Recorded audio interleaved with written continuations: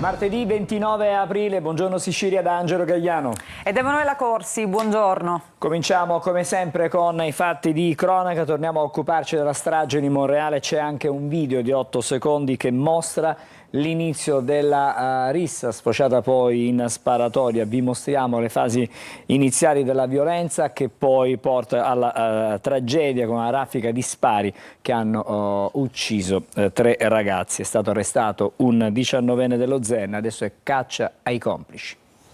In questo video, in momenti prima della sparatoria a Monreale, si vedono i colpi di casco tra il gruppo arrivato da Palermo e i giovani monrealesi. Attimi concitati, una ragazza raccomanda ad un amico o al fidanzato di non muoversi. È l'inizio dell'inferno, da lì a poco. Poi verranno esplosi i colpi di pistola che uccideranno Salvo Turdo, Massimo Pirozzo e Andrea Miceli. Sarebbero stati 4 o 5 i giovani palermitani coinvolti nella rissa di Monreale. Dopo il fermo di uno dei responsabili, Salvatore Calvaruso, 19 anni, dello Zen, proseguono le indagini per l'identificazione degli altri ragazzi. Uno avrebbe fatto fuoco insieme al fermato.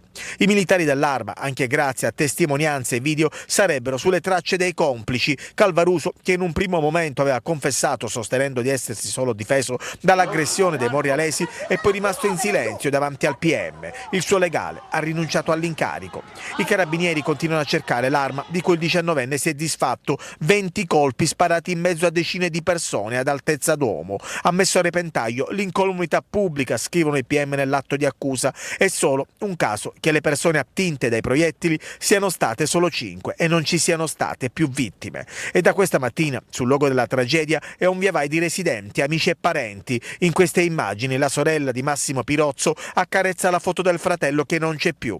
A bassa voce ripete: perché? Perché è successo? Giacomo Miceli, padre di Andrea, invece punta il dito contro i genitori di chi ha sparato. Mi hanno tolto un figlio e un nipote. Non rivedrò più i loro sorrisi per colpa anche vostra, che non siete riusciti a educarli. Adesso andiamo da Emanuela, cominciamo la lettura dei quotidiani questa mattina. Partiamo da questo gravissimo fatto, l'ennesimo purtroppo fatto di sangue. Qui forse però si è superato il limite. Si è superato il limite, si è aperta anche una riflessione, Angelo, perché non si tratta più di episodi singoli di violenza estrema da parte dei giovani, ma c'è un vero e proprio fenomeno culturale che adesso va affrontato e soprattutto risolto. Ma intanto restiamo sul fatto di cronaca. Oggi sono tutte le testate, naturalmente, si occupano di questa strage avvenuta a Monreale nel Palermitano. Ho scelto tra le testate nazionali il Corriere della Sera, quindi vediamo il killer 19enne. Ho fatto un macello, si cercano i complici della strage, la confessione ai carabinieri e il silenzio con il PM al setaccio, i video della zona. Intanto, a proposito di video, qui vediamo appunto 3 frame di quella notte di follia. Le vittime qui in queste foto sono Andrea Miceli di 26 anni, poi c'è Salvatore Turdo 23 anni e Massimo Pirozzo, anche lui 26enne. Chi è invece il killer, l'assassino? Questo ragazzo che vediamo in questa foto, del quale oggi non solo il Corriere, anche altri quotidiani fanno un ritratto. Salvatore, il mingherlino cresciuto allo Zen tra armi, box e neomelodici, appunto lo vediamo qui in una foto integrale. E poi ancora il post che un amico di Salvatore Calvaruso, reo confesso, ha pubblicato su TikTok dopo il suo fermo: la strada è lunga ma sono sempre con te fratello, spero che ti liberino presto, ti amo. Quindi c'è anche una, come dire, una rete di amici attorno a questo ragazzo che, anziché condannare duramente questo gesto folle, invece mostrano solidarietà nei suoi confronti. Per questo, insomma, si parla di fenomeno culturale, naturalmente, che deve aprire a tante riflessioni. E poi c'è il dolore, ovviamente, dei familiari delle vittime. Il mio Andrea, ucciso assieme al cugino, è finito tutto, resisto solo per avere giustizia. Parla la madre del 26enne, lui e Salvo erano come fratelli. Lei è Giusy Miceli, madre appunto di Andrea Miceli, morto a 26 anni in questa strage. Vediamo la Sicilia, il film della strage incastra il pugile, sparati 20 colpi contro la folla. E poi ci sono le parole del ministro Abodi che ieri era a Palermo. Che abbiamo fatto anche sentire ai nostri telegiornali. Esatto, che è intervenuto naturalmente su questo fatto, è troppo eclatante, spazi contro la cultura della morte che sembra un po' quella che viene coltivata da troppi giovani. E poi parla il sedicenne sopravvissuto, perché ricordiamo la sparatoria è avvenuta in mezzo alla folla durante una serata tranquilla, quindi sono stati colpiti, anche feriti alcune persone. C'è anche un sedicenne che è stato raggiunto da un colpo di proiettile in testa, fortunatamente è vivo, infatti dice sono vivo per miracolo. Intanto stasera una fiaccolata per le vittime. Vediamo velocemente anche gli altri quotidiani. La Gazzetta del Sud, il padre di una delle 3 vittime usa delle parole durissime, dice o fanno giustizia o me la faccio io. Queste le parole appunto del padre di uno dei ragazzi morti. Intanto immortalate le fasi che hanno innescato la carneficina, uno scooter si vede che passa appunto tra la folla, l'abbiamo visto anche nei nostri servizi, e un ragazzo con il casco che si avventa sul giovane alla guida, poi la rappresaglia e infine i morti.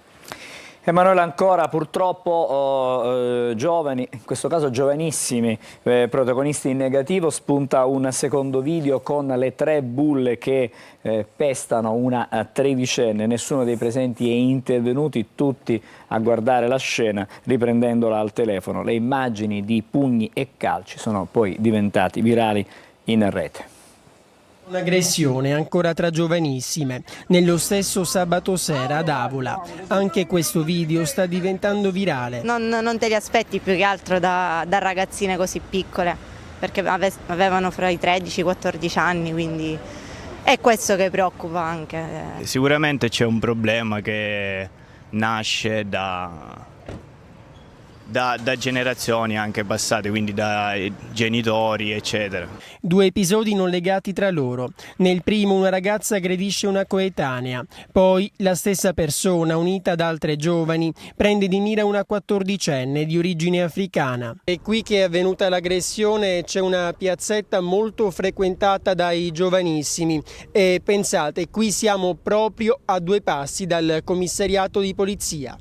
Ed è proprio dei video che stanno girando in rete che polizia e carabinieri, sotto la guida della Procura dei minori di Catania, stanno identificando tutti. Pare che in entrambi i casi tutto sia partito da un pretesto per stuzzicare la vittima, per poi passare dalle parole alle mani. Gli adolescenti di oggi non sono gli adolescenti che eravamo noi. Dovremmo un po' capire di chi è la colpa. E questa è la piazza teatro dell'aggressione, già piazza della pace. Sì, la pace, quella che sembra vacillare sempre più, anche tra i ragazzi. Allora, anche qui stavolta giovani, ma sono giovanissimi, sono dei ragazzini. Sono ragazzine tra l'altro. Vediamo sulla Sicilia il pestaggio di una ragazzina d'Avola picchiata dal branco di coetanei. Indaga la procura di Catania. La città si interroga sul perché di tanta violenza. Intanto domani mattina c'è un corteo che è stato promosso dal comune. Insomma, su questa vicenda è intervenuto anche il sindaco usando delle parole forti. Appunto ha detto non possiamo e non dobbiamo restare indifferenti davanti alla violenza. Queste le parole di Rossana Cannata, appunto sindaco di Avola. Fare rete, guardarsi negli occhi, ritrovare il coraggio e la speranza, e questo è l'impegno che ci siamo presi come comunità. Anche le istituzioni non possono girarsi dall'altro lato, ma devono chiaramente affrontare con tutti gli strumenti in loro possesso questi episodi che avvengono sempre più frequentemente, soprattutto tra giovani. Emanuele, adesso sempre su questi temi, cioè sul fatto che ci sia così tanta violenza fra i giovani, abbiamo sentito Don Fortunato Di Noto, che è il fondatore dell'associazione Meter, che è impegnato nella tutela dell'infanzia e anche dell'adolescenza in Italia e nel mondo. Sentiamo le sue parole, una riflessione molto forte. La necessità è dire ai ragazzi soprattutto che anche da ragazzi si hanno delle responsabilità. Non è affatto vero che i ragazzi, proprio perché non hanno l'età del consenso, non abbiano le responsabilità. Don Di Noto, da sempre in prima linea nella tutela dei più giovani, non resta in silenzio di fronte ai gravissimi fatti di cronaca degli ultimi giorni. Giovani pericolosi, aggressioni continue e poi giovani, giovanissimi assassini. È un'escalation di violenza tra i ragazzi, si diffonde la paura tra i più giovani e i genitori, che secondo il sacerdote hanno delle precise responsabilità. Dobbiamo smetterla che i genitori non abbiano responsabilità. C'è una grande responsabilità che certamente sfugge dalle mani, anche perché accade che dando anche un cellulare tra le mani dei propri ragazzi non si è vigilanti, si è inconsapevoli del rischio ma anche dell'influenza che hanno i nostri ragazzi di modelli diseducativi. La violenza che sfocia poi nella spettacolarizzazione, la stessa ripresa in foto e video, l'influenza negativa dei media e dei modelli proposti dai social network, come se tutto fosse fotografabile, instagrammabile, perché un evento che si verifica sembra sia pubblicabile su TikTok. Io credo che dobbiamo veramente iniziare a creare scuole di vita, scuole di realtà nuove che possono far fuggire dalle insidie del male. Anche la preghiera fa parte di questo impegno necessario e fondamentale, un impegno che vada a difendere l'infanzia e l'adolescenza da tutti i mali che stiamo creando, che sono stati creati e che speriamo non ancora si aggiungano. Allora, le riflessioni di Don Fortunato Di Noto, sui giornali stamattina ci sono altri approfondimenti, altre considerazioni? Sì, tanti pubblicano appunto delle analisi per quanto riguarda questi fenomeni di violenza giovanile.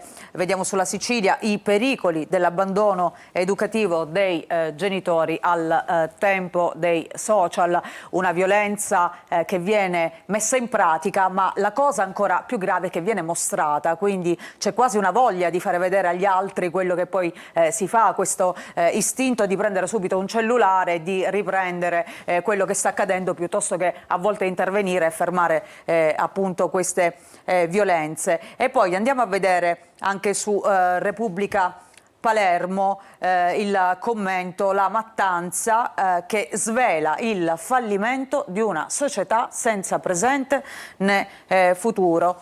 Resta un senso di vuoto su tutta Palermo, naturalmente ci si rifà a questo fatto di Monreale, ma non solo, perché ricordiamo che a Palermo sono tanti gli episodi, l'escalation di violenza. Diciamo non solo, in questo caso Palermo, ma non solo la Sicilia, è un po' quanto accade in generale nel mondo e anche in Italia. In altre aree geografiche accadono spesso questi fenomeni. E poi vediamo il senso di sconforto si allarga anche ai giovanissimi assassini e ancora vediamo sempre su Repubblica Palermo, gioventù armata, 200 euro per una pistola nella città violenta. Quindi reperire anche armi come una pistola sembrerebbe anche abbastanza semplice, bastano anche poche centinaia di euro per armarsi e uscire la sera appunto per divertirsi con gli amici. Questo è il nuovo divertimento secondo alcuni.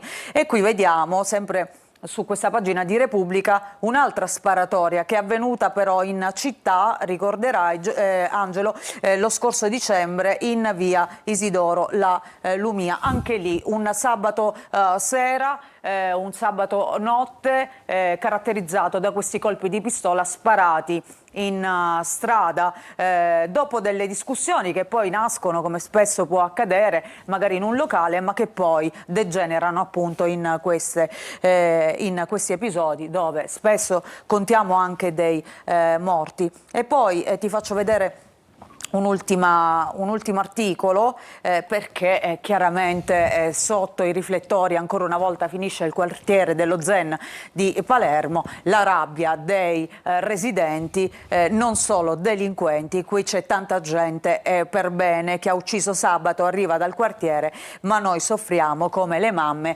di Monreale. C'è una sorta anche di volontà di riscatto da parte di tanti che non se la sentono di essere etichettati poi come dei delinquenti. delinquenti in generale a causa di questi episodi.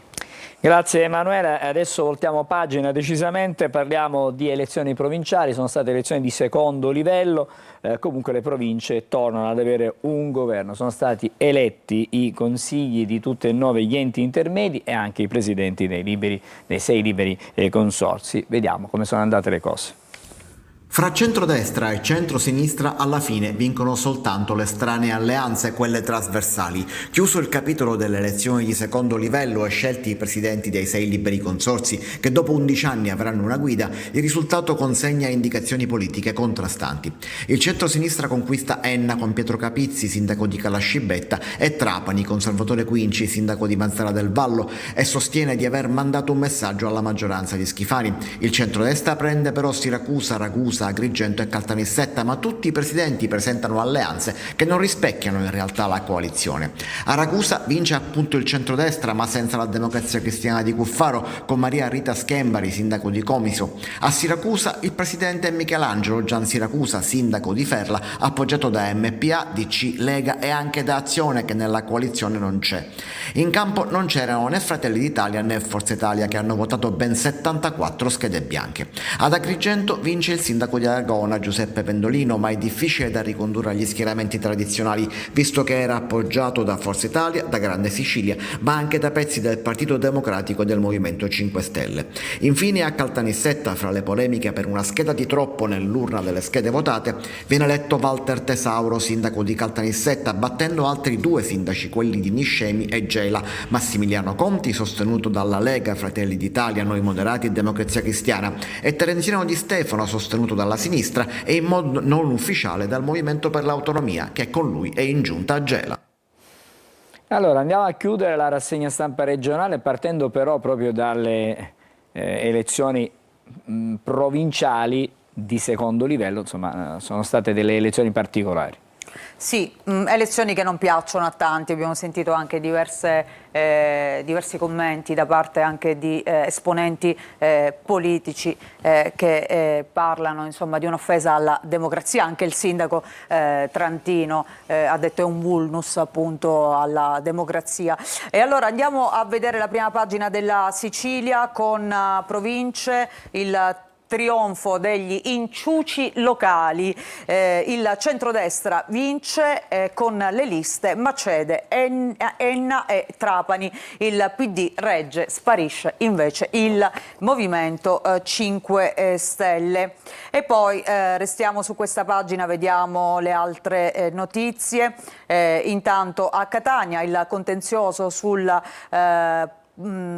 capo della procura aveva tutti i requisiti, rigettati i ricorsi al TAR, Curcio quindi resta procuratore. E poi naturalmente le varie notizie di cronaca, gioventù, calibro 9, questo è il titolo che oggi appunto sceglie la Sicilia per raccontare gli altri elementi di questa vicenda, di questa strage di Monreale. E poi Avola si interroga sul pestaggio, domani fiaccolata di solidarietà. Andiamo a vedere all'interno la prima pagina della provincia di Catania. Ladri di ostie, furto sacrilego la sera del 25 aprile tra San Giorgio e Librino all'interno della cappella dell'oratorio Giovanni Paolo II. Le suore è come se avessero rubato il cuore della nostra missione. E poi si parla naturalmente delle provinciali, quindi la spinta a destra dell'ex provincia, Fratelli d'Italia fa il pieno, 2 all'opposizione, 5 posti ai meloniani, poi Fratelli d'Italia, Grande Sicilia e Lega. Entra la Democrazia Cristiana. Vediamo le altre prime pagine. Repubblica Palermo, naturalmente apertura dedicata alla strage di Monreale, il killer incastrato dai testimoni ha sparato contro quei ragazzi e i feriti in ospedale tra lacrime e paura che raccontano siamo vivi per miracolo. Anche qui le provinciali, 3 province vanno al centrodestra, i progressisti invece ne prendono 2 e poi resa dei conti per Forza Italia, processo al coordinatore Caruso. Forza Italia esce dilaniata da questo appuntamento elettorale. Giorgio Mulè attacca il coordinatore Caruso, guerra tra bande, Schifani intervenga. Falcone attacca la deputata Lantieri per il sostegno al centrosinistra a Enna. Il caso finisce a Roma. E poi vediamo anche la prima pagina della Gazzetta del Sud. Anche qui vediamo Monreale confessa il killer, adesso è caccia ai complici. E poi vediamo altre notizie. Il voto, ecco, per le provinciali a Messina, strategie, prove di forza e tradimenti, tutti gli eletti al Consiglio Metropolitano Sud. Chiama Nord è il primo partito per quanto riguarda la provincia appunto di Messina. La maggioranza va al centrodestra, alleanze trasversali in tutta l'isola, come abbiamo visto. E poi si parla anche del Messina Calcio, l'inchiesta sulla squadra. L'ex patron dell'ACR Sciotto è stato sentito di nuovo in procura per 3 ore. L'audizione come persona informata dei fatti sui passaggi della cessione societaria. Beh, questa è un'inchiesta che andrà avanti per un po' di tempo, cercheremo di capire, ne avevamo parlato già ieri nel corso delle nostre trasmissioni sportive con anteprima corner su Telecolor, vedremo, anche se comunque Sciotto non ha esercitato quel suo diritto di recesso dal contratto di cessione del club, nonostante la nuova proprietà non avesse ottemperato quelli che erano gli obblighi previsti. Quindi bisognerà capire dove sono le responsabilità, sarà un'inchiesta piuttosto complicata. E allora vediamo l'ultima pagina, la prima pagina del giornale di Sicilia prima di fermarci, l'apertura dedicata appunto a questo killer di 19 anni, si cercano i complici, lo vediamo in questa foto Salvatore Calvaruso appunto che è in carcere per la strage avvenuta nel palermitano a Monreale. E poi a Palermo gli scherzi del tempo, un meteo un po' pazzerello, Angelo, strade allagate e automobilisti intrappolati, basta un temporale a paralizzare Palermo. Ieri questa bomba d'acqua, insomma in tutta la Sicilia era prevista un'allerta gialla, il maltempo si è concentrato soprattutto sul versante occidentale, una delle città più colpite appunto Palermo, dove sono stati registrati diversi disagi, ma credo che ormai possiamo dire che andremo verso il peggio è passato. Il peggio è passato, dovremmo andare verso un tempo, un clima più insomma più mite, stabile e soleggiato, esatto, diciamo così. L'1 maggio possiamo tranquillizzare, secondo le nostre informazioni dovrebbe essere una bella giornata in tutta la Sicilia. Bene, grazie Emanuela, fra poco torneremo di nuovo insieme. Adesso io chiedo alla regia se è possibile di darci le immagini su via Vincenzo Giuffrida, parliamo di viabilità a Catania nella circostanza, vedremo fra un istante qual è la situazione, il traffico è abbastanza scorrevole, non ci sono delle criticità particolari almeno in queste prime ore della giornata, una delle principali arterie non sembra particolarmente trafficata. Ci fermiamo appena per pochi minuti, poi saremo di nuovo ancora insieme a Buongiorno Sicilia.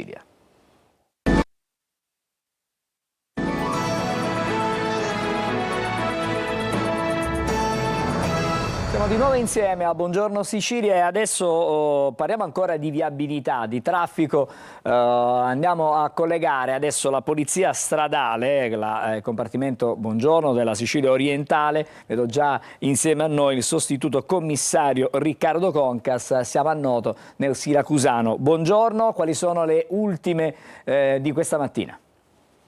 Buongiorno direttore, buongiorno a tutti i telespettatori.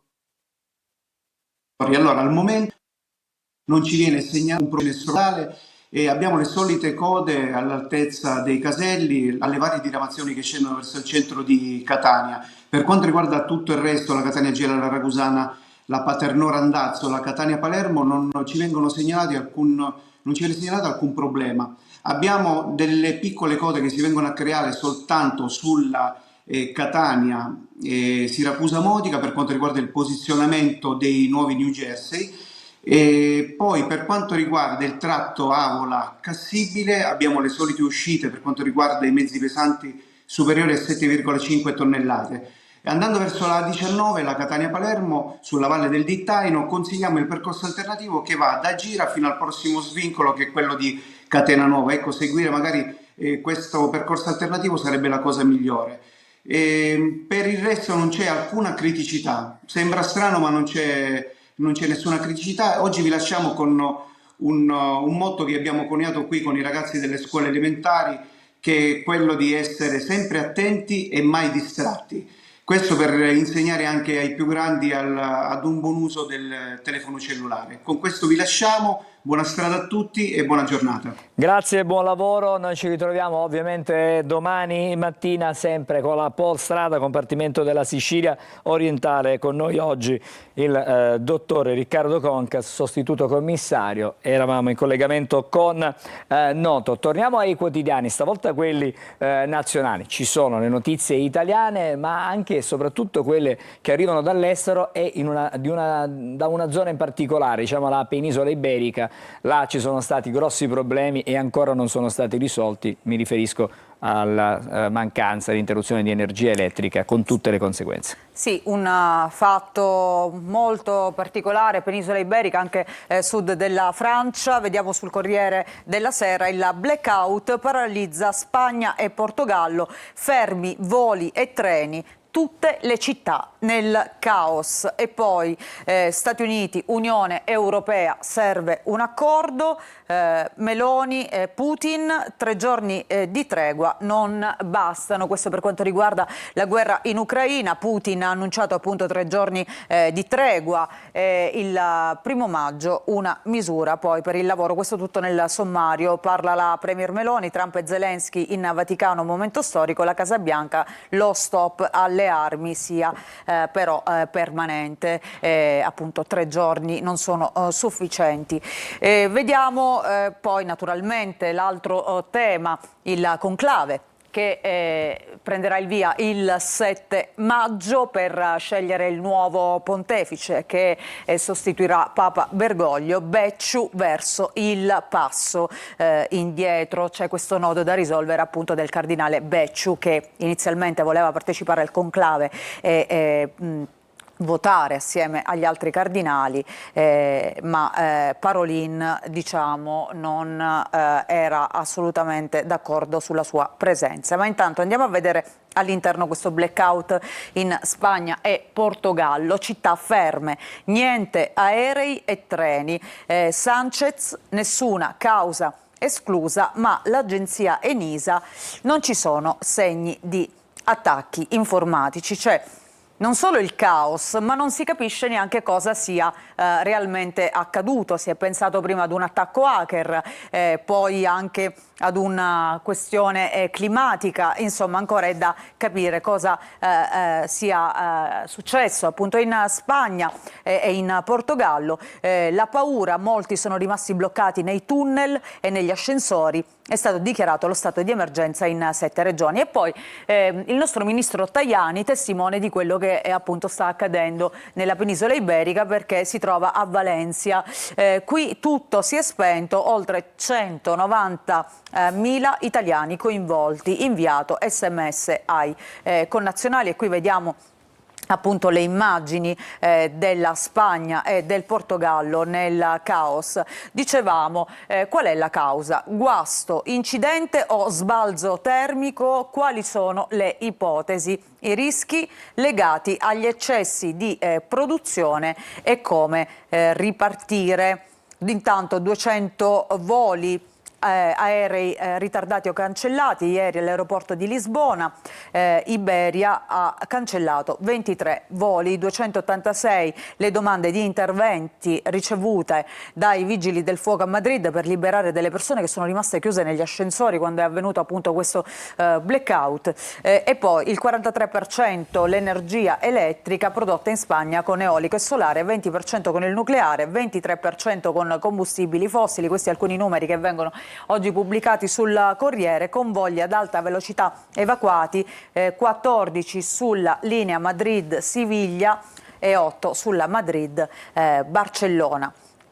Ancora vediamo la giornata, il racconto di questa emergenza, scale immobili, semafori neri e intorno il trionfo del caos e il giorno del grande buio. 2 paesi in ginocchio, corsa alle scorte e dopo il tramonto arriva la paura. Ecco, vediamo appunto queste immagini che fanno nascere tante domande. Angelo, viviamo in un mondo così perfetto o invece tutto dipende, tutta la nostra vita dipende veramente c'è un equilibrio sottilissimo. Esatto, da pochissime cose che diamo per scontate, basta che ne viene meno una, vedasi in questo caso l'elettricità e praticamente è finito. Però l'elettricità muove praticamente tutto quasi e di conseguenza... Se chiedessimo in questo momento ad uno spagnolo, ecco, ti risponderebbe che è tutto. E poi si festeggiano, per modo di dire, i primi 100 giorni di Trump da presidente degli Stati Uniti e quindi si fa insomma un elenco di tutto quello che è accaduto negli Stati Uniti e non solo, nel resto del mondo, proprio in questi primi 100 giorni. Dai 130 ordini esecutivi alle 80 cause legali contro, il presidente parla di un successo senza precedenti, ma i sondaggi non sono tanto d'accordo, vanno male a partire dall'economia. Quindi diciamo che secondo i sondaggisti il gradimento di Trump è decisamente in calo. E poi operai e miliardari verranno divisi dai dazi, ma resteranno uniti contro le politiche di equità e inclusione. Dinin, guru della nuova destra, la sinistra sarà populista. Queste le 2 pagine dedicate appunto ai 100 giorni di Trump. Vediamo il manifesto che mette in primo piano questo blackout e scrive: la zona d'ombra alle 12:32 di ieri, la penisola iberica si è spenta. E poi Repubblica, nella Spagna al buio, il blackout ha colpito anche il Portogallo e appunto parte della Francia, comunicazioni in tilt, voli fermi, persone intrappolate. Il premier Sanchez appunto che parla di mistero sulle cause. E poi quest'altra notizia che riguarda la guerra in Ucraina, questo stop di Putin per 3 giorni di tregua, ma a Trump non bastano. Tra l'altro questi 3 giorni di tregua sono stati annunciati dall'8 al 10 maggio perché ricorre l'80° anniversario della vittoria sul nazifascismo, quindi per consentire lo svolgimento delle celebrazioni, diciamo, in sicurezza. E poi andiamo a vedere invece per quanto riguarda il conclave cosa succederà dal 7 di maggio. Un primo compromesso per evitare strappi. La necessità di conoscersi meglio alla vigilia dell'elezione. Reina, vicario di Roma, non è tempo di rivalse o alleanze di potere. Qui ci sono poi tutte le tappe che porteranno all'elezione del nuovo pontefice, stufe, urne e sedie di ciliegio. La Sistina si prepara al voto, appunto il conclave si terrà dal 7 di maggio nella Cappella Sistina. E poi ci sono 3 candidati forti ma divisi. La via stretta per un Papa italiano. L'ultimo pontefice è stato Papa Luciani nel 78. Gli elettori del nostro paese saranno 19. I più quotati: Parolin, Pizzaballa e Zuppi. Lo abbiamo detto fin dal primo momento. Profili diversi, conosciuti anche fuori dall'Europa. E qui vediamo appunto i nostri cardinali italiani che parteciperanno al conclave e che potrebbero essere anche eletti. Uno di loro potrebbe anche essere eletto. E poi vediamo Avvenire, pronti appunto al conclave, scrive Il Tempo, invece sceglie questo titolo: Angelo e demoni. Vediamo Becciu appunto in questa foto. Il richiamo è al famoso romanzo di Dan Brown, Angeli e demoni. La scelta di Becciu appunto perché non verrò al conclave. Le parole commosse ai cardinali nel giorno di dubbi e nuovi gialli, ma c'è chi accusa il Camerlengo. Dove erano le carte del Papa? Il Vaticano resta in silenzio. Quindi insomma Cioè non mancano molti misteri alla Dan Brown, appunto, ecco, alla Dan Brown. Non a caso il titolo è stato scelto appunto ad hoc. Il Messaggero: più tempo per il conclave. Votazioni nella Sistina al via il 7 maggio e non il 5, come era stato detto in un primo momento. I cardinali cercano convergenze. Il passo indietro di Becciu, appunto condannato in primo grado, non parteciperà all'elezione. E poi, a proposito di Trump, sondaggi giù, dicevamo, ma c'è una sua risposta che spiazza i suoi fedelissimi. Lui dice: ricandidarmi sarà difficile. Dobbiamo anche considerare, da un punto di vista anagrafico, l'età di Donald Trump, e quindi diciamo che è quasi coetaneo di Biden, che Trump ha criticato sempre per l'età avanzata, però credo siano 2 anni soltanto di differenza fra i due. Era Biden 2 anni più grande, basta, non ci sono grandi differenze, grosse differenze. Vabbè, diciamo che non se la sente, ecco, magari sarà dura, sarà difficile. Qualcun altro poteva anche sentirsela nonostante l'età. Ci fermiamo qui, Angelo. Sì, grazie. Allora, Emanuela, noi adesso guardiamo le previsioni meteo e poi il primo degli ospiti della nostra mattinata. Toccheremo un po' gli argomenti di cui abbiamo già trattato in qualche modo nella rassegna stampa. Parleremo di violenza, in questo caso violenza negli ospedali contro i sanitari, ma in generale parleremo della difficoltà evidentemente che hanno i sanitari, gli operatori del 118 a svolgere il loro lavoro prezioso di salvare vite umane. Fra pochissimo. Bentrovati da Clara Ventura di Trebi Meteo. Nella giornata di martedì pressione atmosferica in aumento sul Mediterraneo e sull'Italia. Avremo prevalenza di sole, eccetto della variabilità su Calabria tirrenica, così come a tratti anche sulla Sicilia, dove inizialmente splenderà il sole e il cielo sarà poco nuvoloso. Solo nella seconda parte del giorno poi avremo un aumento graduale della nuvolosità nelle aree interne con qualche piovasco, ma comunque in rapido esaurimento. Contesto climatico che si manterrà mite con valori massimi localmente fino ai 23-24 gradi. E per quanto riguarda la giornata di mercoledì, il contesto sarà anticiclonico su tutta la Sicilia. Una bella giornata assolata con cielo sereno, o al più di tanto in tanto sarà possibile il passaggio di lievi ed innocue velature. Temperature massime diurne che saranno localmente in lieve rialzo e si toccheranno anche i 25-26 gradi. Tutti i dettagli in merito sull'app di Trebi Meteo.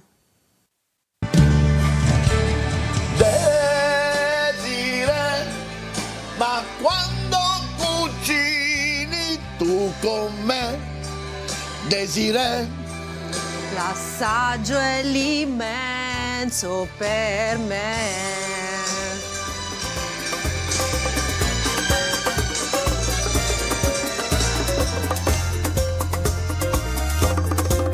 Tutti i giorni su Antenna Sicilia. Eccoci, ci siamo. Allora, abbiamo già annunciato il tema di questo segmento della nostra trasmissione. Intanto ringrazio per essere con noi, buongiorno in studio, buongiorno. Mario Conte, che è il segretario generale della funzione pubblica di Catania, della UIL. Allora, il tema della sicurezza, il tema delle aggressioni, non solo negli ospedali, adesso avviene ovunque l'aggressione nei confronti dei sanitari. Più volte il presidente del 118 ha in qualche modo denunciato il fatto che quando arrivano i soccorritori molto spesso vengono diciamo, aggrediti dai parenti e non riescono a fare il loro lavoro. È una situazione difficile, complicata.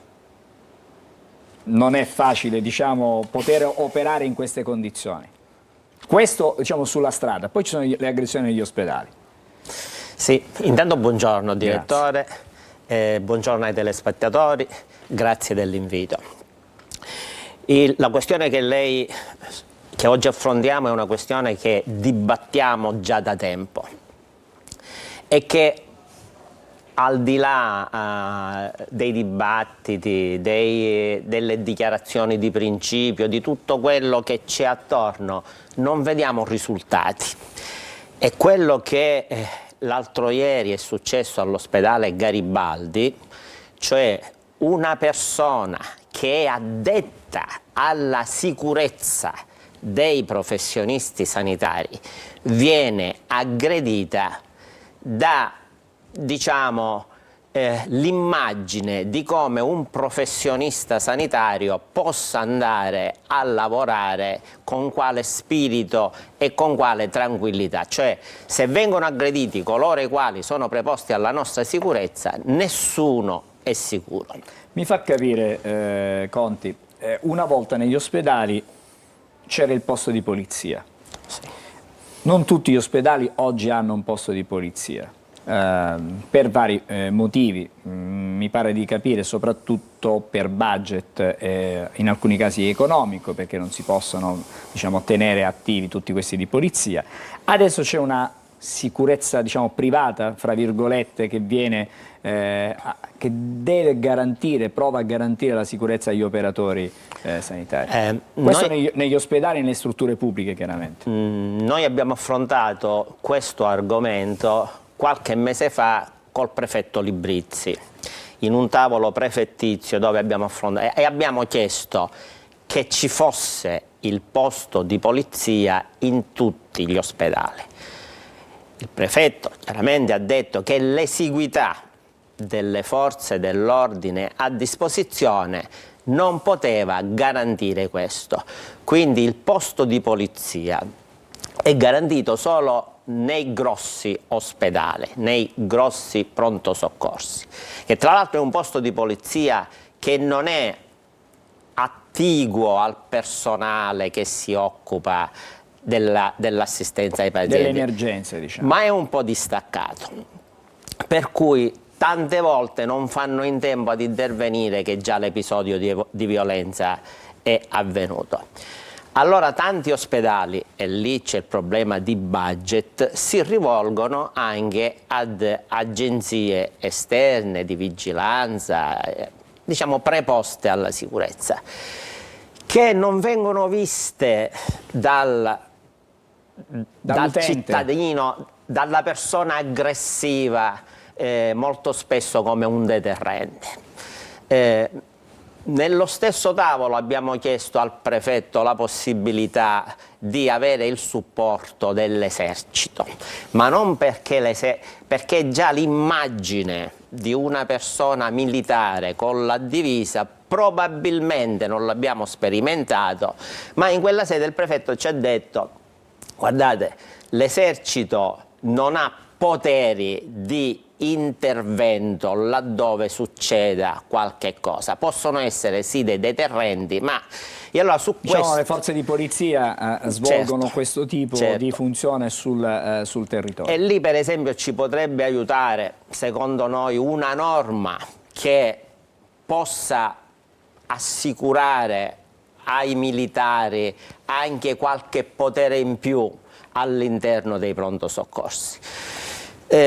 Il problema chiaramente non è solo però quello di avere forze di polizia o forze dell'ordine in pronto soccorso.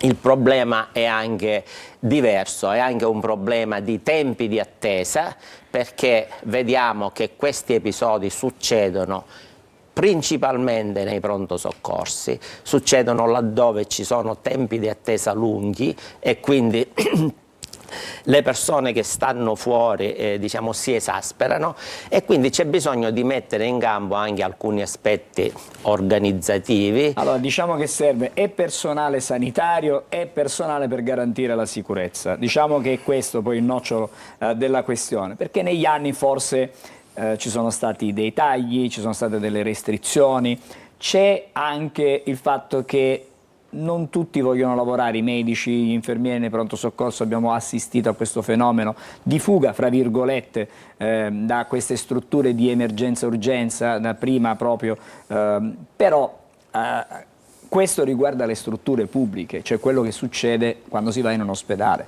ma il fatto che anche gli operatori sanitari del 118, anche le persone che arrivano per soccorrere chi sta male, nel caso specifico di Monreale, chi era stato colpito, ferito mortalmente purtroppo, vengono aggrediti, non c'è più un problema di attesa esasperante, quindi c'è un altro problema, esiste un altro problema, probabilmente questa violenza di cui noi ci siamo occupati prima durante la rassegna stampa cova? C'è qualcosa che evidentemente non funziona. Eh sì, quello che non funziona a mio avviso è un problema che è sociale e lascio il commento ai sociologi. C'è un problema antropologico sicuramente e c'è anche un aspetto che chi si rende diciamo artefice di un episodio di violenza sa che resta impunito. Anche se comunque di recente ci sono stati alcuni provvedimenti. A Messina c'è stato un arresto. In flagranza, sì. In flagranza. Ci sono quindi dei deterrenti, esistono, però probabilmente non sono sufficienti ancora. Però no. Pensare che un medico, un infermiere, un addetto, insomma, anche chi porta, diciamo, il ferito dall'ambulanza, un soccorritore, possa rischiare mentre sta cercando di salvare una vita, diciamo, va in contraddizione poi con quella che è la mission proprio di quello che si sta facendo in quel momento. Ripeto, è un problema che è esteso. Lei spostiamo l'attenzione nel mondo della scuola. Chi pensava, quando io ero giovane, che un insegnante poteva essere picchiato dal genitore solo perché aveva dato un'insufficienza a uno scolaro. Anzi, i genitori gli dicevano ha fatto bene, ha fatto bene. O nel mondo dello sport, oggi se un allenatore non fa giocare un ragazzino in una partitella, il genitore picchia. Allora c'è un qualcosa che non sta funzionando nella nostra sanità, nella nostra società. Chiaramente anche diciamo i social che divulgano questi fenomeni di aggressione non sono un deterrente, ma anzi costituiscono un elemento di emulazione per altri. E quindi in questo bisogna anche un po' fare una riflessione su dove stiamo andando. Chiaramente i deterrenti, le norme servono, ma serve anche molta educazione civica, a partire dalla scuola, perché probabilmente abbiamo sbagliato qualcosa, mi metto anch'io perché ormai ho i capelli bianchi, nell'educare le nostre generazioni. Senta, prima di salutarci, mi ha parlato prima di un incontro che c'è stato con il prefetto, fra le altre cose prefetto che ieri ha salutato la città di Catania, arriverà un nuovo prefetto a breve. C'è la richiesta vostra di un nuovo tavolo di confronto con un comitato per l'ordine e la sicurezza. Cosa chiederete? Ribadirete le stesse richieste fatte in precedenza? A parte sì, questo potenziamento in qualche modo, perché non ci sono solo le forze di polizia che possono supportare, ci sono i carabinieri, c'è la Guardia di Finanza, c'è l'Esercito. E chiederemo anche un monitoraggio perché il Ministero ha stabilito che ci siano dei tempi di attesa massimi per chi sosta in pronto soccorso, che sono di 6 ore per chi entra in pronto soccorso e poi deve essere dimesso, e di 2 ore, sempre come tempo massimo, per chi entra in pronto soccorso e poi necessita di un ricovero.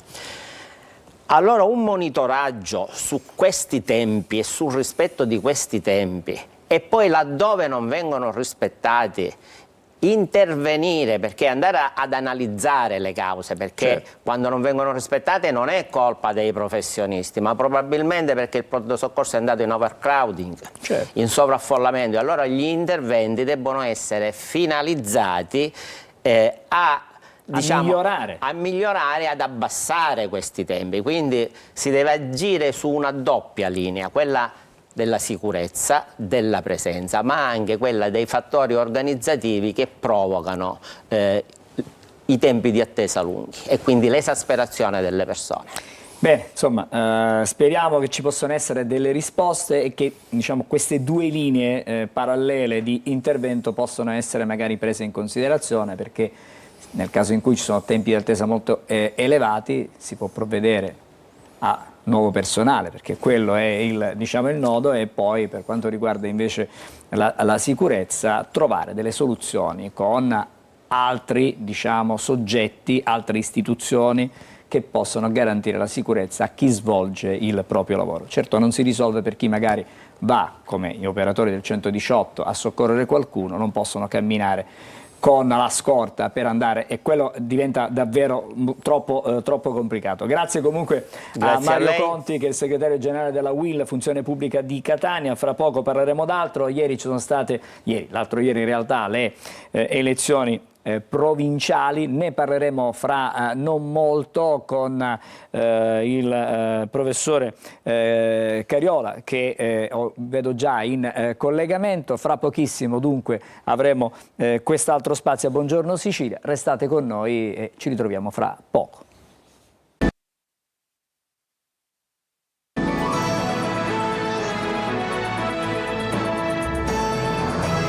Eccoci, siamo di nuovo insieme, bentornati a Buongiorno Sicilia. Come anticipato adesso ci colleghiamo con il professore Agatino Cariola. Buongiorno professore. Buongiorno a voi, buongiorno ai telespettatori. Grazie per essere con noi questa mattina, professore di diritto costituzionale all'Università di Catania, e chi meglio di lei ci può spiegare che cosa succede, perché per tanti anni si è rinviato questo voto per le provinciali. Possiamo definirle ancora province oppure no? Intanto le chiedo questo, perché adesso si chiamano liberi consorzi di comuni, quelli che hanno sostituito le province. Allora, la differenza è puramente nominalistica, terminologica. Quindi non ci sono particolari novità da questo punto di vista. Le province siciliane sono uguali a tutte le province che ci sono da Villa San Giovanni sino a Como, senza fondamentalmente differenze, tranne il fatto che in Sicilia la competenza su di esse spetta alla regione piuttosto che allo Stato, come nel resto dell'Italia. La distinzione è puramente nominalistica, dovuta ad una particolarità dello Statuto siciliano del 1946, che non è stato mai coordinato con la Costituzione successiva, non è stato mai aggiornato, come pure sarebbe stato necessario essere. Se volete, questo termine deriva da questa circostanza. Le vecchie province erano tutte organizzate attorno alla figura del prefetto come se calassero dall'alto.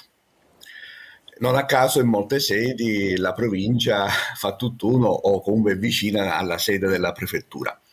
Allora chi scrisse lo Statuto siciliano nel 1946 pensò che invece i comuni dovessero riunirsi, associarsi per dare luogo ad un ente unitario di propria iniziativa, come dire un fenomeno di riconoscimento dell'autonomia dal basso.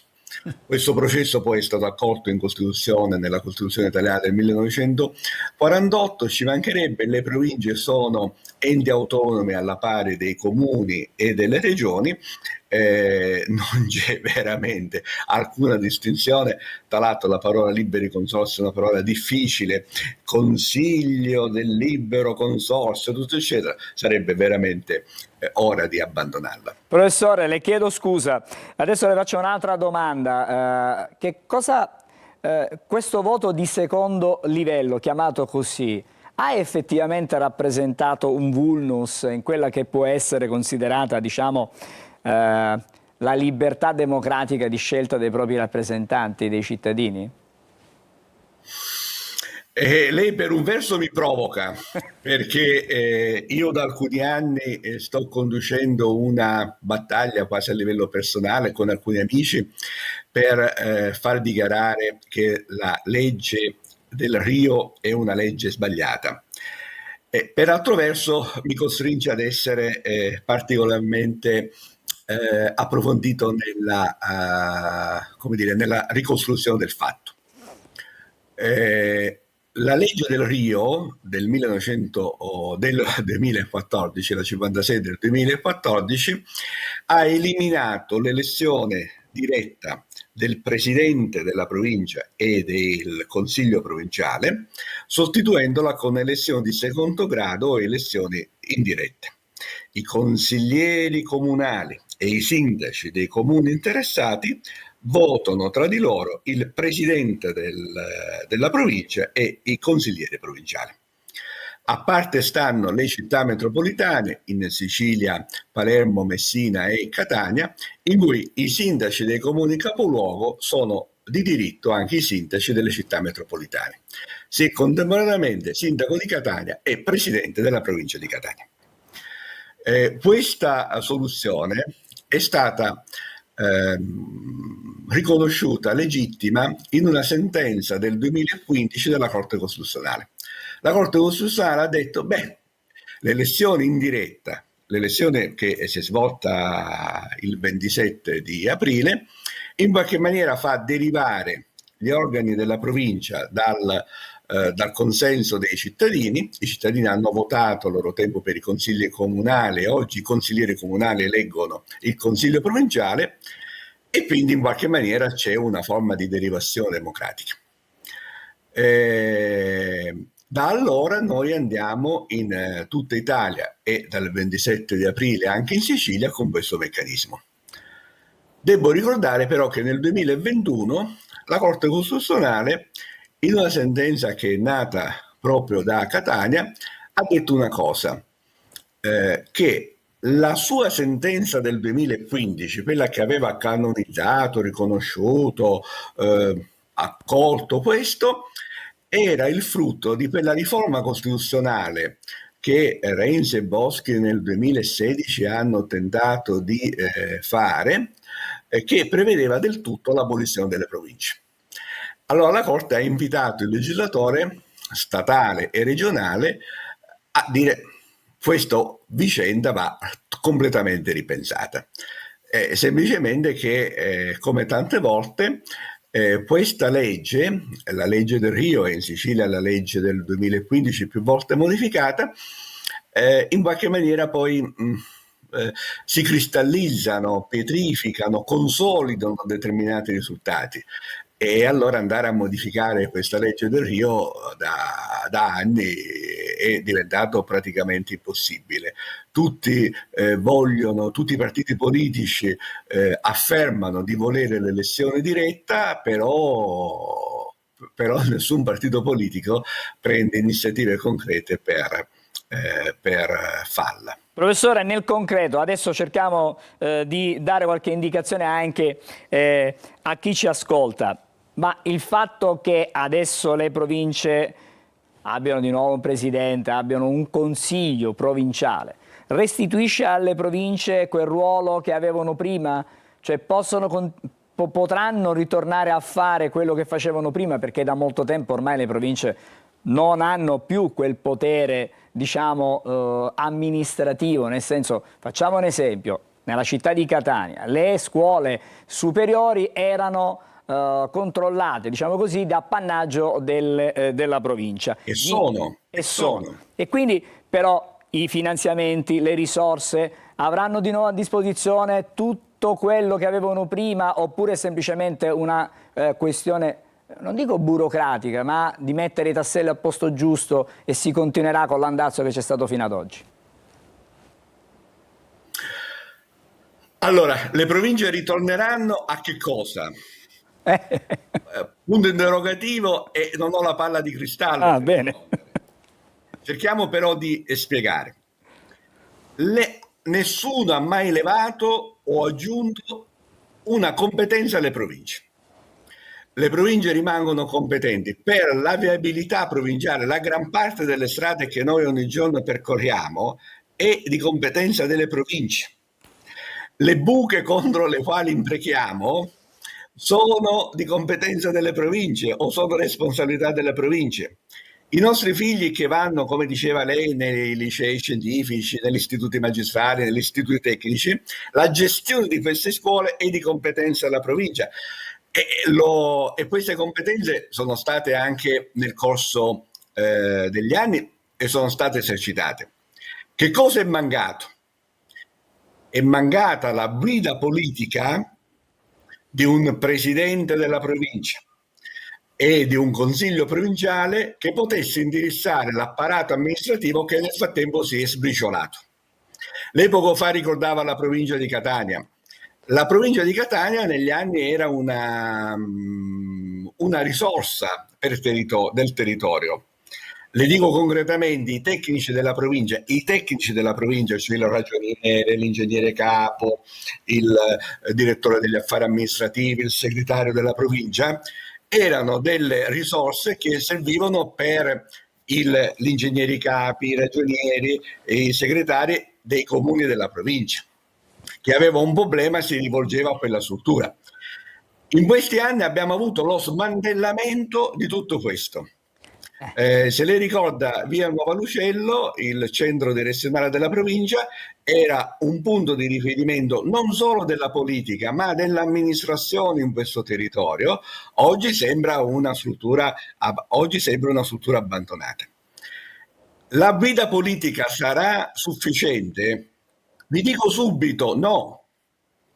Perché io che devo fare contemporaneamente il sindaco di Catania e il presidente della provincia, la mia giornata rimane sempre di 24 ore, non ce la faccio. Il consigliere provinciale che è contemporaneamente consigliere provinciale a Belpasso o a Gran Michele e consigliere provinciale a Catania, curerà dapprima gli interessi del suo territorio di riferimento o gli interessi della provincia.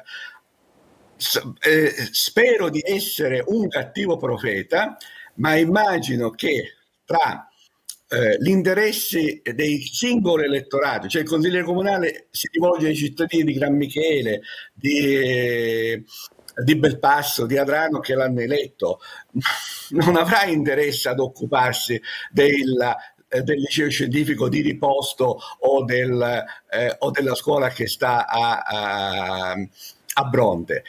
E allora questa soluzione, a mio modo di vedere, non porterà assolutamente all'efficienza dei servizi, che è quella a cui i cittadini guardano. Professore, noi la ringraziamo, è stato chiarissimo, devo dire. Io ringrazio voi e saluto ancora i telespettatori. Grazie, l'aspettiamo presto in studio magari per approfondire alcuni temi. Una buona giornata, grazie ancora al professore Agatino Cariola, professore di diritto costituzionale all'Università di Catania. Prima però di fermarci c'è una notizia dell'ultima ora che devo leggere, ahimè, dalle agenzie. Ancora un fatto di sangue: un imprenditore sessantenne ha ucciso il figlio di 23 anni al culmine di una lite scoppiata durante una festa a San Gregorio di Catania. Nella sparatoria l'uomo ha anche ferito al tallone un amico del figlio. Stanno indagando i carabinieri del comando provinciale. Quindi un'altra bruttissima storia di cronaca. Fra poco saremo di nuovo insieme, parleremo d'altro, parleremo di cinema. Restate con noi.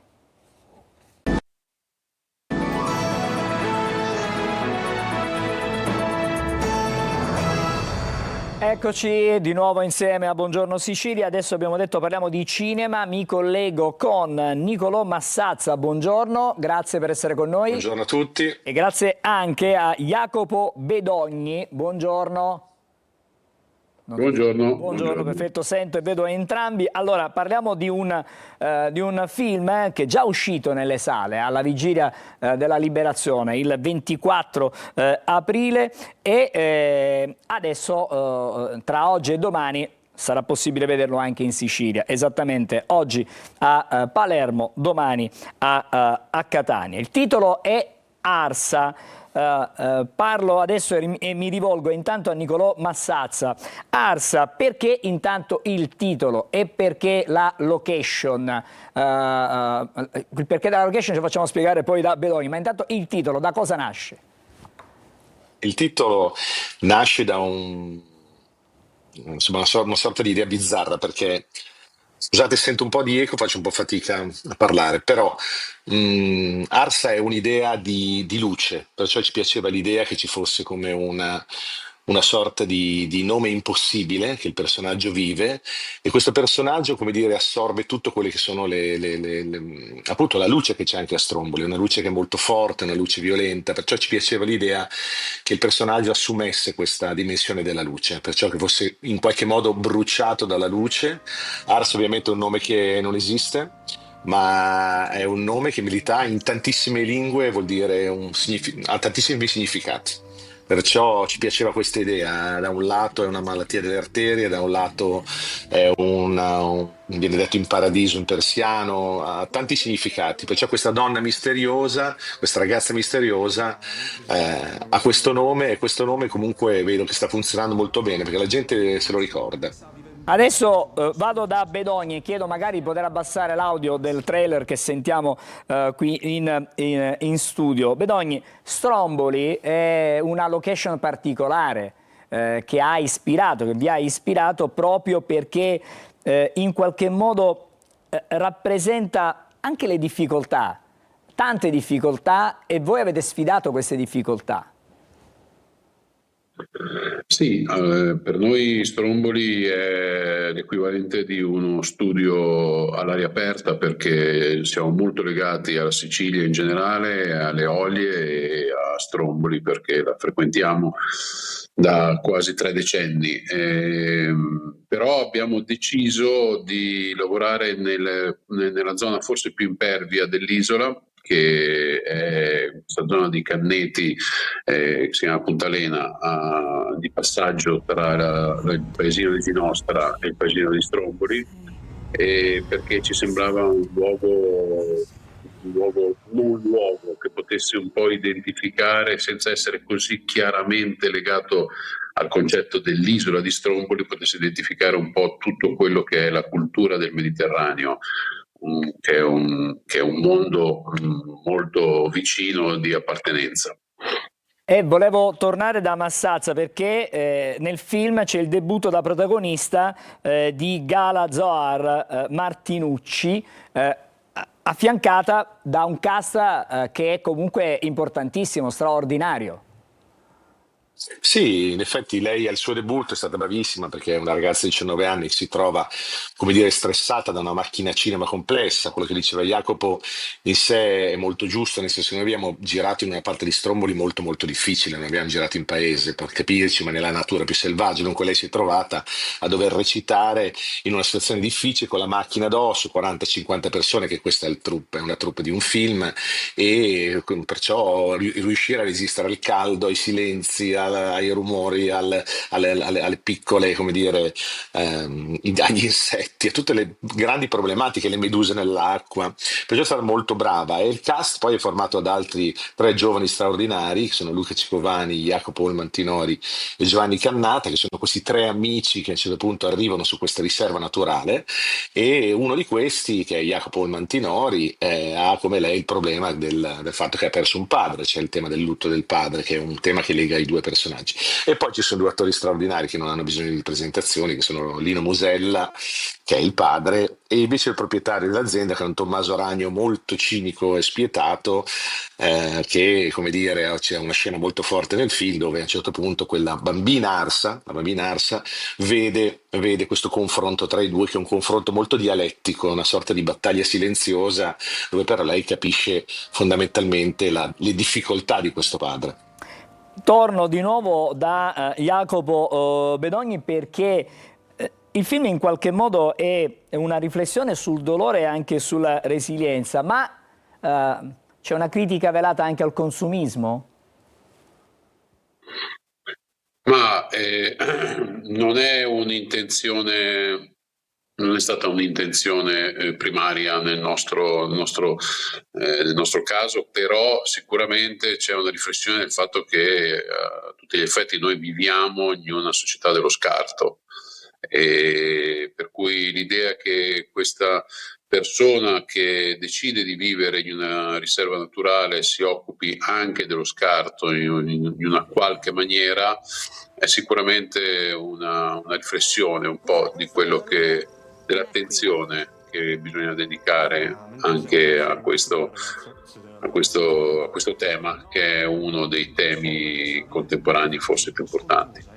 Chiudiamo ricordando che il passaggio alla Festa del Cinema di Roma c'è già stato, il debutto nelle sale il 24 aprile e stasera a Palermo Rouge Noir alle 19:30 ci sarà la prima in Sicilia, domani 20:30, scusate, 20:30 e domani 30 aprile a Catania al Planet sempre alle 20:30, quindi insomma l'occasione per vedere. E anche Siracusa, diciamolo, Siracusa anche quando? Siracusa il 2.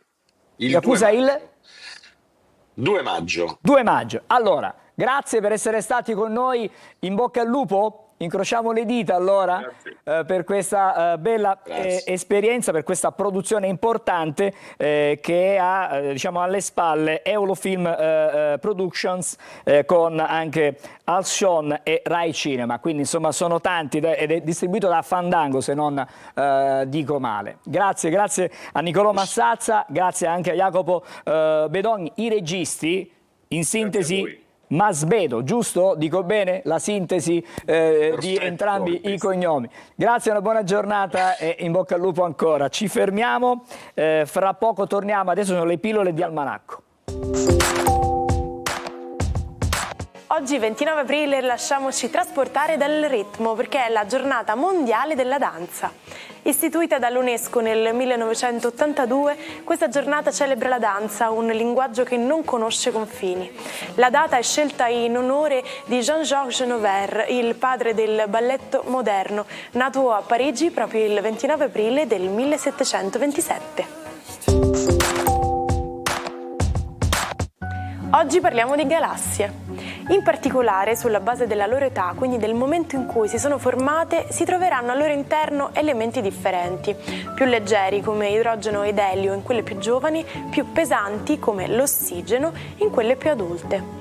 Degli studi condotti dagli osservatori astronomici dei Paesi Bassi e della Scuola Normale di Pisa indicano che la galassia ha elementi pesanti circa 10 volte più del previsto. Come dice Sander Schuss, primo autore dello studio olandese, è come trovare un adolescente in un luogo in cui ti aspetti solo bambini. Tutto ciò è stato possibile grazie a un sistema di 66 antenne ad elevata precisione sparpagliate a distanze fino a 16 km ed ha aperto la strada verso nuovi studi.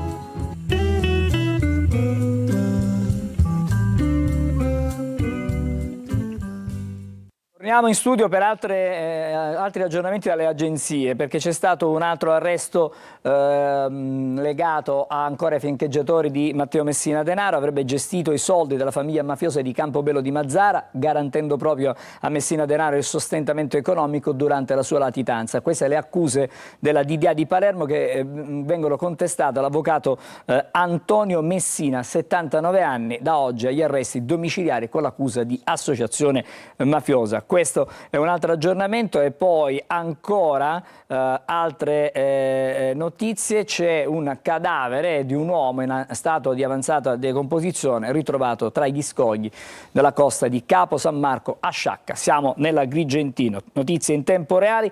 Adesso vediamo e sentiamo l'oroscopo e dopo ci ritroviamo con gli aggiornamenti con Emanuela Corsi.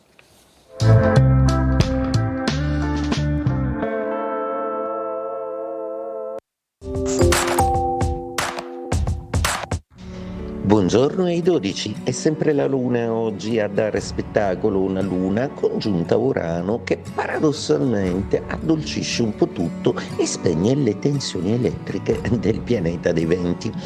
Vediamo cosa succede nello zodiaco Ariete. Ogni impedimento si dice a volte giovamento ed è proprio quello che accadrà oggi, imprevisti positivi ma che vi daranno una visione chiara delle cose assolutamente favorevole e vantaggiosa.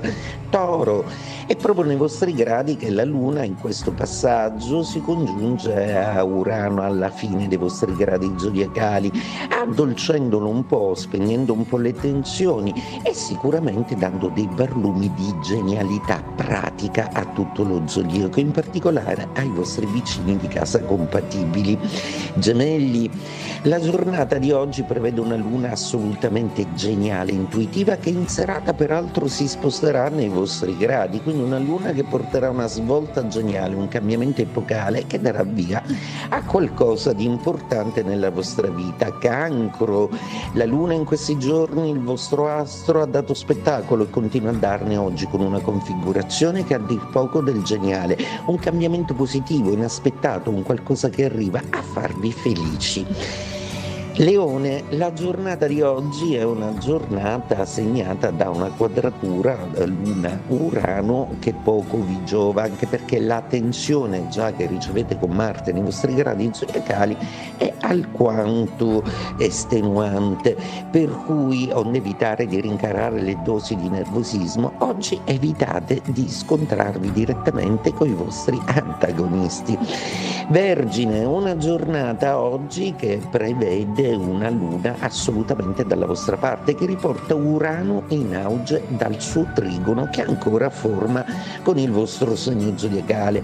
Oggi una genialata, un colpo di mano, una proposta che farete al vostro team di lavoro verrà salutata come assolutamente geniale ed efficace. Bilancia, la giornata di oggi è una giornata che promette un pochino di tensione, stress e nervosismo, anche perché la vostra bella Venere è in Ariete ed è opposta ai vostri gradi, ma in serata la luna vi farà una carezza, quindi un inaspettato e piacevole incontro, una cena oppure un appuntamento saranno assolutamente importanti per voi e il vostro cuore.